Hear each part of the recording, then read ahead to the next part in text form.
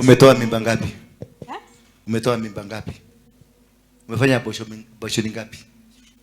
I think nimefanya kama 4. Yes. 4. Bwana asifiwe. Amen. Bwana asifiwe. Amen.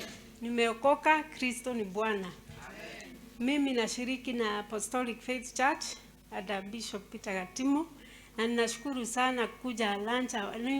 Nilikuwa nimepanga siku mingi sana kuja hapa kwa sababu mimi ni fan wa Apostle. Namsikilizanga sana kwa simu. Na nina furaha kuwa hapa siku ya leo.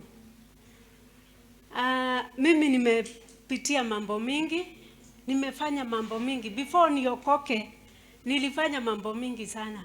Hata hizo Apostle anasema mambo ya abortion nimefanya. Na sioni haya kwa sababu nimefanya. Lakini Mungu aliniokoa. Umetoa mimba ngapi? Umetoa mimba ngapi? Umefanya abortion ngapi? I think nimefanya kama 4. Yes. 4. Thank you. Na sasa, how do you feel?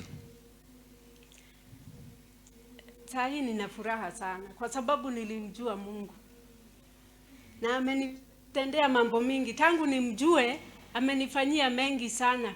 Kwa sababu kwanza aliponya mtoto wangu, alikuwa na kidney, alikuwa anafanyiwa dialysis, lakini alifanyiwa transplant. Na mimi ndio nilikuwa dona yake. Kwa hivyo nashukuru Mungu sana kwa sababu kama sio huyo Mungu nilikubali, singetoka kwa hiyo theater, ama huyo mtoto wangu hangetoka kwa hiyo theater. Kwa hivyo nashukuru Mungu sana. Lakini pia napenda Apostle sana kwa sababu hii mambo ya kujijua huko kwa wazazi na wazazi huko. Napenda sana kusikiza mambo ya altars. Nilianza kusikiza hiyo mambo ya altars na Archbishop Harrison Nganga before hata niokoke. Nilikuwa na watch Faith TV kwa sababu nilikuwa napenda sana kusikia hiyo mambo ya altars, hiyo mambo ya madhabahu. Unafaa kujishikanisha na madhabahu ile ya Mungu. Unajua madhabahu, kuna madhabahu ya Mungu na kuna madhabahu isiyo ya Mungu.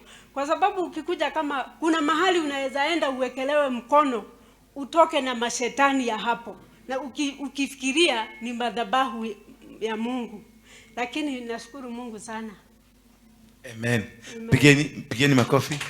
Next, kuna mwingine?